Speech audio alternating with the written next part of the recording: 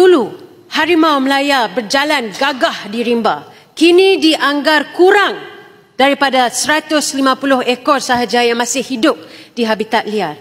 Jika kita tidak bertindak segera, harimau Melaya akan pupus sebelum anak-anak kita sempat melihatnya di alam nyata. Jadi di sini Bukit Bendera ingin mengemukakan 4 perkara kepada kerajaan. Yang pertama, wujudkan peruntukan khas hanya untuk harimau Melaya. Jangan lagi digabungkan dalam dana umum biodiversity. Spesies ini layak untuk mendapat perhatian istimewa.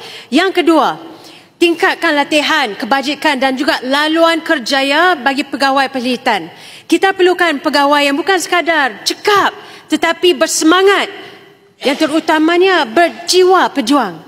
Jadi adakah kementerian bersedia untuk mewujudkan skim khas bagi menarik lebih ramai profesional yang muda untuk menyertai bidang ini?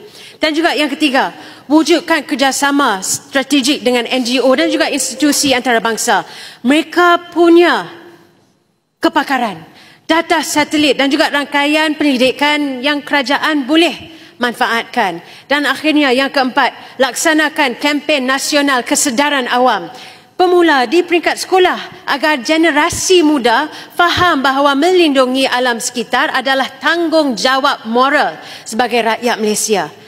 Tuan Pengerusi, kalaulah harimau Melaya pupus, bukan sekadar spesies sahaja yang lenyap, tapi maruah negara turut terkubur. Kita tidak boleh bercakap tentang kemajuan jika kita gagal menjaga ciptaan Tuhan yang paling teragung. Jadi Belanjawan 2026 mestilah menjadi detik perubahan.